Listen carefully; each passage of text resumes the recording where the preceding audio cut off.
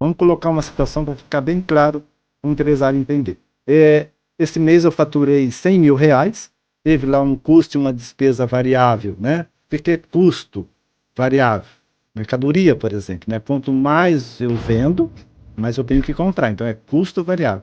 O que é despesa variável? Despesa variável eu chamo de despesas comerciais, que é a taxa de cartão, por exemplo, a comissão do vendedor, né? O frete de entrega, o imposto, né? Que o empresário precisa saber o quanto que ele paga de alíquota. Isso são despesas comerciais.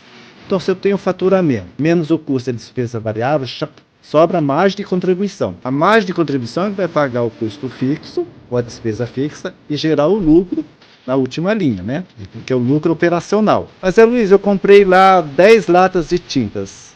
Eu lanço no DRE? Não, você não lança no DRE as 10 latas de tinta que eu comprei.